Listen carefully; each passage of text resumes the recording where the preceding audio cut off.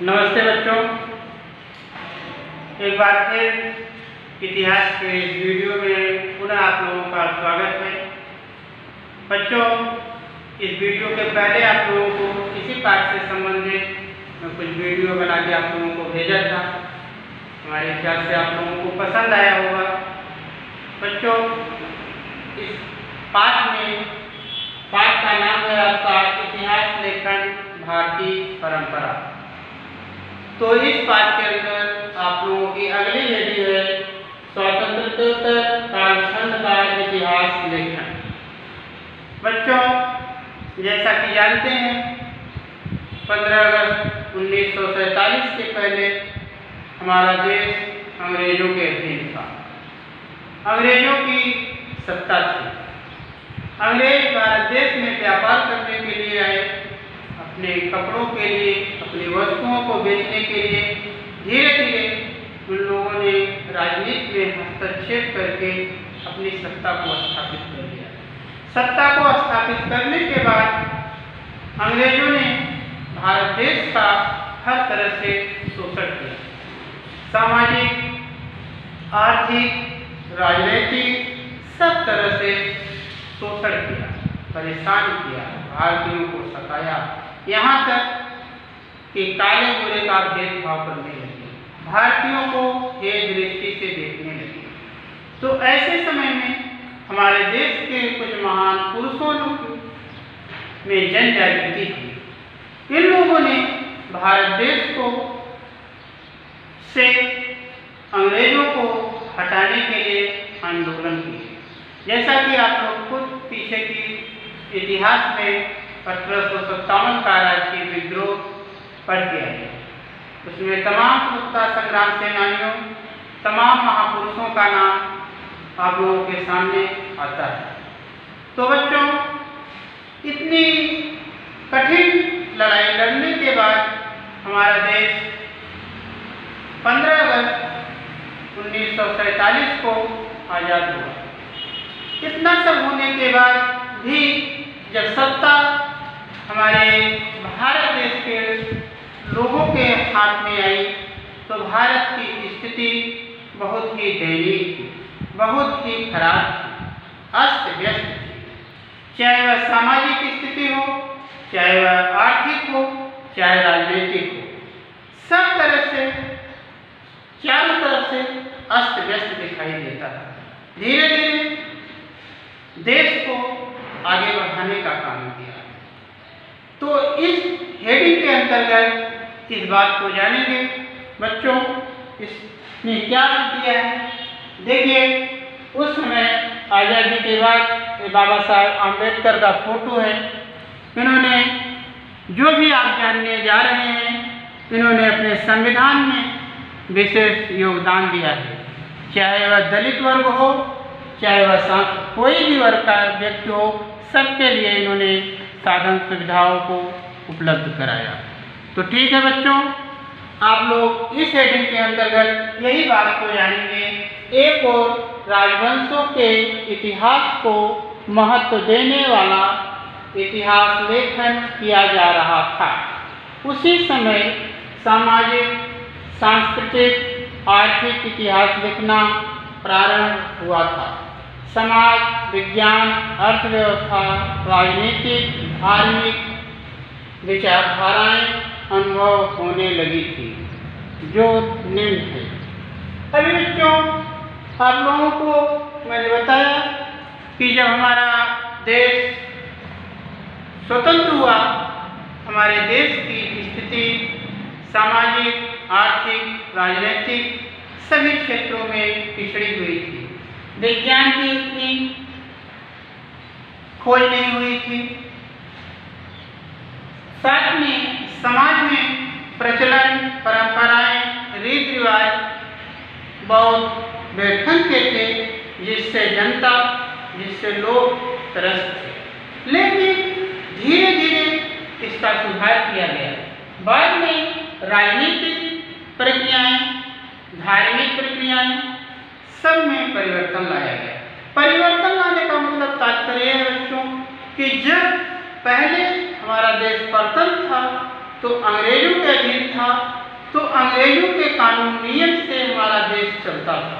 इससे समस्या क्या होती थी, हमारे देश के जो भी हमारे नियम थे सब भारतीयों के लिए घातक हुआ करते थे। ऐसी स्थिति में हमारे देश में कानून बनाने की आवश्यकता महसूस पड़ी, चाहे वह धर्म को लेकर हो। धर्मों में बांट दिए थे अंग्रेजों ने, धर्मों में बढ़कर भारत के लोग आपस में लड़ते रहेंगे, हम सत्ता करते रहेंगे, सत्ता अपनी चलाते रहेंगे, यह उनका उद्देश्य था। अंग्रेजों का उद्देश्य था वोट डालो राज्य करो। ऐसी प्रक्रिया में हमारा जो संविधान आया, हमारा जो नियम बना स्वतंत्रता के बाद, उसमें धर्म की स्वतंत्रता दी गई, सर्वधर्म समभाव की भावना लाई गई। किसी भी धर्म को विशेष महत्व नहीं दिया जाता है, सबको समान अवसर दिया जाता है। कोई भी धर्म स्वीकार कर सकता है, कोई भी, ऐसी बातों को बताया गया। ऐसी विचारधाराओं का अनुभव हुआ, लोगों को जागृति हुई। इस पाठ में आप लोग बच्चों अगली हेडिंग जानोगे। अगली हेडिंग कौन सी है? मार्क्सवादी सिद्धांत। मार्क्सवादी एक सिद्धांत है, मार्क्सवादी इतिहास। मार्क्सवादी एक सिद्धांत है, नाम के आधार पर इसका नाम दिया गया है। मार्क्सवादी इतिहासकारों के लेखन में आर्थिक व्यवस्था में उत्पादन के साधनों, पद्धतियों और उत्पादन प्रक्रिया में मानवीय संबंधों का विचार केंद्र था। मार्क्सवादी इतिहासकारों ने जाति व्यवस्था में होते गए परिवर्तनों का अध्ययन किया। बच्चों, मार्क्सवादी इतिहास में आर्थिक व्यवस्था के बारे में जानकारी दी गई। आर्थिक व्यवस्था चाहे वह कृषि हो, चाहे मिल्क फैक्ट्रियाँ हो, चाहे वह उद्योग धंधे हो, सबको प्रोत्साहन दिया गया। प्रोत्साहन के साथ साथ हमारे देश में, हमारा देश जातियों में बटा हुआ था। कोई अपने आप को उच्च जाति का मान के बैठ जाता था, जो निम्न जाति का होता था वह हीन भावनाओं से देखा जाता था। तो ऐसी प्रक्रियाओं को दूर करने के लिए नए नए पद्धतियों, नए नए नियमों, चाहे वह इतिहास के माध्यम से, चाहे संविधान के माध्यम से, चाहे समाज के लोगों को बताने के माध्यम से, ये सभी बुराइयों को दूर करने का काम किया गया। जैसा कि हमने अभी बताया, डॉक्टर बाबा साहब आम्बेडकर की बात, जो कि जिनको संविधान का शिल्पकार कहा जाता है, संविधान को बनाने वाला कहा जाता है, यह अपने आप को निम्न जाति में जन्म लेने वाले एक महान पुरुष थे, जो कि इनको सार्वजनिक स्थानों पे नलों का पानी पीना, सबके साथ बैठकर शिक्षा ग्रहण करना, इसकी अनुमति नहीं थी। तो इनके मन में ये सारी बातें आया करती थी कि इस तरह से मानव अपना विकास, प्रगति कतई नहीं कर सकता है। इसके लिए इन्होंने अपना जितना हो सका हर तरह से योगदान दिया। आज भी लोगों के मन में जात पात का भेदभाव आता है। बच्चों, ऐसा कुछ नहीं है। मानव केवल एक जाति होती है, जातियों को तो बांटने वाले हम, आप, अनेक लोग हैं। जातियों में लोगों को बांटा कैसे गया? कर्मों के अनुसार लोगों को उच्च जातियां दी गई, कर्मों के अनुसार निम्न जातियां दी गई। लेकिन आज संविधान में ऐसा कोई बात नहीं। लेकिन अगर आप थोड़ा सा हट के आरक्षण के अंतर्गत जाते हैं, वहाँ पे भी लोग जातियों में बंटवारा दिखाई देता है। क्योंकि वहाँ पे जाति के आधार पे लोगों को साधन सुविधाएं हैं, आरक्षण। इसके नाते लोग अपने नाम के आगे जातियों को जोड़ना आवश्यक समझा करते हैं, और ऐसा कुछ नहीं है। संविधान के अनुसार सभी जातियां, सभी धर्मों के लोग समान हुआ करते हैं। तो ऐसी समस्याओं को बहुत पहले से दूर करते करते आज स्थिति ये आई है कि मानव साक्षर हुआ, शिक्षित हुआ, भेदभाव खत्म हुए, लोगों को तमाम परिवर्तन आया, सुधार आया। इससे समाज का, लोगों का विकास होने लगा। तो बच्चों, इस पाठ के अंतर्गत हम लोग अगली जगह जानेंगे उपेक्षितों का सबऑर्डर। उपेक्षित व्यवहारिक रूप से कम इज्जत पाने वाला, छोटे वर्ग में माना जाने वाला, ऐसे व्यक्ति को क्या कहते हैं? उपेक्षित। बहुवचन उपेक्षितों का सबऑर्डर नाम का इतिहास, उपेक्षितों का इतिहास। बच्चों, उपेक्षितों का इतिहास लिखने के लिए लोक परंपरा को महत्वपूर्ण साधन माना गया है। महात्मा ज्योतिराव फूले और डॉक्टर बाबा साहेब आम्बेडकर के लेखन द्वारा सामने आता है। महात्मा फूले ने गुलामगिरी पुस्तक में धर्म के नाम पर नारी शूद्र पर होने वाले शोषण पर ध्यान दिया। डॉक्टर बाबा साहेब आम्बेडकर ने इस तथ्य को केंद्र में रखकर निरंतर लेखन किया। बच्चों, उपेक्षित, जैसा कि मैंने बताया, व्यवहारिक रूप से निम्न मानना। जैसे आप लोग 10 लोग बैठे हो, किसी XYZ बच्चों को समझते हैं आप अपने आप को, या तो इस जात का है, या ऐसी जात का है, या निम्न है, हमसे छोटा है, या गरीब है, ऐसा भेदभाव करते हैं, तो ये बात गलत है। तो ऐसी बातों को इतिहास में लाने के लिए डॉक्टर बाबा साहेब, महात्मा ज्योतिराव फूले, इन लोगों ने अपना विशेष योगदान दिया कि इस समाज से बुराइयां निकलेंगी कैसे, लोगों की भावनाएं बदलेंगी कैसे, लोग मानव को कब मानेगा कि मानव में अनेक प्रकार की जातियां नहीं होती, मानव से मानव होता है, न कोई छोटा होता है, कोई अमीर होता है, गरीब होता है। तो ऐसी प्रक्रियाओं में बच्चों गुलामगिरी एक पुस्तक लिखी इन्होंने, महात्मा ज्योतिराव फूले ने धर्म के नाम पर एक गुलाम क्या होता है? गुलामगिरी प्रथा। बच्चों, जब हमारा देश प्रथम था, अंग्रेज थे, तो गुलामी कराया करते थे। गुलामी का तात्पर्य होता है किसी व्यक्ति को इच्छा न होने पर भी उससे कार्य करवाना और कार्य के बदले में उसको कुछ न देना, मतलब एक तरह से जबरदस्ती। ऐसी प्रथा का प्रचलन था। इसका पुस्तक के अंतर्गत ऐसी प्रक्रिया को लिखकर लोगों को जागृत किया गया। इसके साथ साथ धर्म के भी नाम पे भी तमाम परिवर्तन, तमाम जात पात को लेकर, कोई हिंदू, कोई मुस्लिम, कोई सिख, कोई ईसाई, कोई जैन, कोई बौद्ध अपने आप को मानता है, इस तरह से हमेशा लड़ते झगड़ते रहता है। ये सारी बुराइयों को दूर करने के लिए, चाहे वह जिस धर्म के लोग, चाहे उपेक्षितों में हों, चाहे वह उच्च वर्ग के लोग हों, अपने आप को चाहे जो समझते हों या जो बातों को मानते हों, ऐसी समस्याओं को दूर करने के लिए, समाज की बुराइयों को हटाने के लिए डॉक्टर बाबा साहेब आम्बेडकर या महात्मा ज्योतिराव फूले, ये सभी या और तमाम नाम ऐसे हैं जो कि महान पुरुषों ने अपना योगदान देके समाज की जो भी बुराइयां थी उसको दूर करने का काम किया। बाबा साहेब आम्बेडकर ने तो संविधान लिखते समय सभी लोगों को समान अवसर दिया, किसी को जात पात में विशेष सुविधा नहीं दी, लेकिन जब आरक्षण पे जाते हैं तो थोड़ा सा वहां अलग दिखाई देता है। उन्होंने ये वर्ग जो सामान्य वर्ग माना, जो जनरल माना, उसमें सबको सारी सुविधाएं, चाहे वह आर्थिक हो, चाहे सामाजिक हो, चाहे वह राजनीतिक हो, सभी लोगों को समान माना। तो आज का समाज जो है, सभी लोग समान माने जा रहे हैं, सभी लोगों को समान सुविधाएं दी जा रही हैं, सभी लोगों को समान नजरिए से देखा जा रहा है, और चाहे राजनीतिक क्षेत्र हो, चाहे सामाजिक क्षेत्र हो, चाहे आर्थिक क्षेत्र हो। इससे मानव आगे चलकर अपना विकास करे, प्रगति करे, सुखी संपन्न जीवन को व्यतीत करे, स्वतंत्रता का अधिकार के अंतर्गत जीवन को जिए, ऐसी प्रक्रियाओं को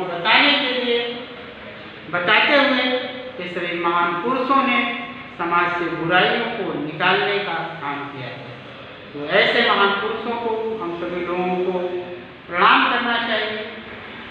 और इतना इस हेडिंग के अंतर्गत हम सभी लोगों ने जो जाना बच्चों, हमारे ख्याल से आप लोगों को ध्यान में आया होगा। अभी हम सभी लोग इसी इतिहास लेखन प्रक्रिया के अंतर्गत अगली हेडिंग जानेंगे, स्त्रीवादी इतिहास।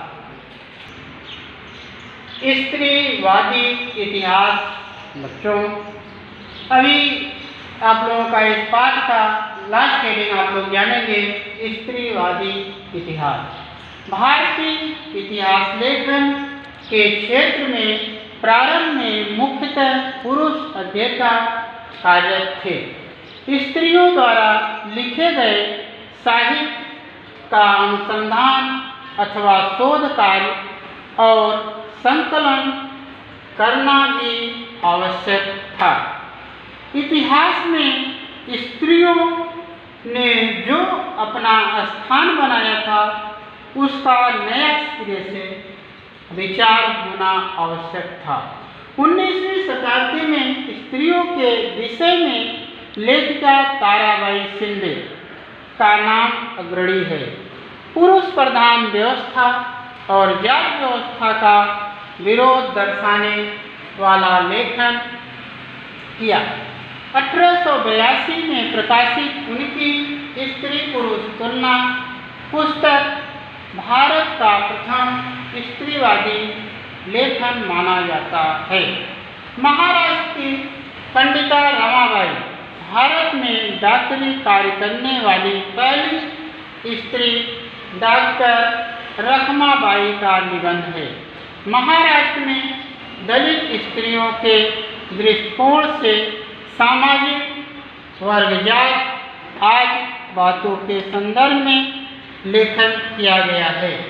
आप लोग सावित्रीबाई का इधर से फोटो देखेंगे और इन्होंने महान लोगों ने अपने जीवन काल में स्त्रियों को स्थिति का सुधारने का विशेष जोर दिया। बच्चों, एक समय था हमारे देश में पुरुष प्रधान देश कहा जाता था। स्त्रियों को दर्जा स्थान हमारे भारत में नहीं दिया जाता। स्त्रियां घरों में रहकर कालकोठरी पर्दे के अंदर रहकर उनका न सामाजिक विकास हो पाता था, न राजनीतिक हो पाता था, न आर्थिक हो पाता था। आत्मनिर्भर नहीं बन पाती थी, दूसरे के ऊपर निर्भर रहा करती। लेकिन चाहे वह महाराष्ट्र से ले लीजिए, चाहे दूसरे अन्य प्रदेशों से ले लीजिए, सभी लोगों में मिलकर महिलाओं के प्रति अपनी आवाज़ को उठाया। आज़ादी के बाद अपनी मांगों को रखा। इस तरह से आज स्त्रियों की स्थिति देखा जाए तो कहीं चाँद पे पहुंचने वाली स्त्रियों का नाम सुनाई देता है, फ्लाइट लेकर उड़ने वाली स्त्रियों का नाम आया करता है। इस तरह से जितने भी अच्छे अच्छे कार्यों का वर्णन अगर आपको दिखाई देगा तो उसमें स्त्रियों का स्थान जरूर रहेगा, चाहे वह खेल हो चाहे कुछ भी हो। तो कुल मिलाकर बच्चों धीरे धीरे स्त्रियों की स्थिति में सुधार आते गया, चाहे वह डॉक्टरी हो। देखिए, आपको महाराष्ट्र की पहली डॉक्टर महिला का नाम मैंने बताया, जो कि अपना इन्होंने विशेष योगदान देके अपना समाज में कार्य करने की साहस किया, हिम्मत किया।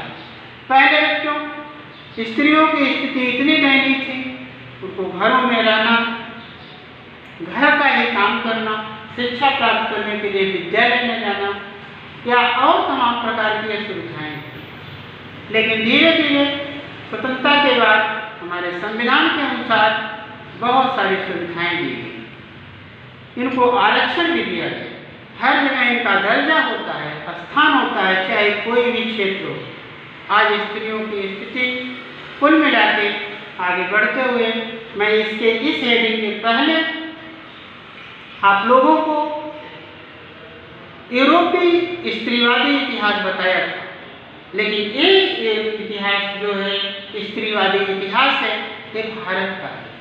भारत में स्त्रियों का स्थिति क्या है, जो स्त्रियों के लिए हानिकारक कुप्रथाएं होती थी, जैसे सती प्रथा हुआ, साथ में जैसे कम उम्र में विवाह कर देना, अपनी इच्छा के अनुसार इच्छा न होने पे भी बाल्यावस्था में उनका वैवाहिक संबंध स्थापित करना, ये तमाम चीज़ों की बुराइयों को समाज से दूर किया गया। और दूर करने का मतलब पन्ने पे नहीं लिखा गया, मतलब नए संविधान की बात नहीं होता, इससे लोगों को जागृत किया गया कि ये करने से ये हानियां हैं, ये करने से ये नुकसान है।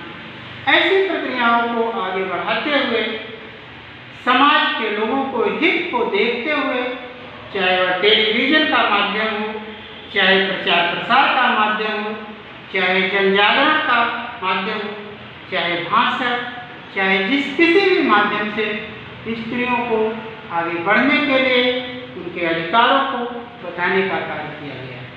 शुरू में राजनीति पॉलिटिक्स में स्त्रियों की संख्या बहुत ही कम थी। आज तो देखिए, जहाँ भी जाते हैं पुरुषों की अपेक्षा स्त्रियां दिखाई देती हैं। आज महाराष्ट्र सरकार ने 50% आरक्षण की सुविधा कर दी है। 50% महिलाएं रहेंगी और 50% में पुरुष रहेंगे, चाहे वह जॉब, चाहे कोई भी पद हो। ऐसी प्रक्रिया में देश को सुधार करने के लिए स्त्रियों की आर्थिक, सामाजिक, राजनीतिक स्थिति को सुधारने के लिए उनके लिए विशेष पहल किया गया। स्त्री भी सामने आए, पुरुष भी सामने आए, इससे समाज का, लोगों का विकास हुआ, प्रगति हुई। तो बच्चों, एक कुल मिलाकर आप लोगों को एक पाठ कंप्लीट हुआ, पूरा हुआ।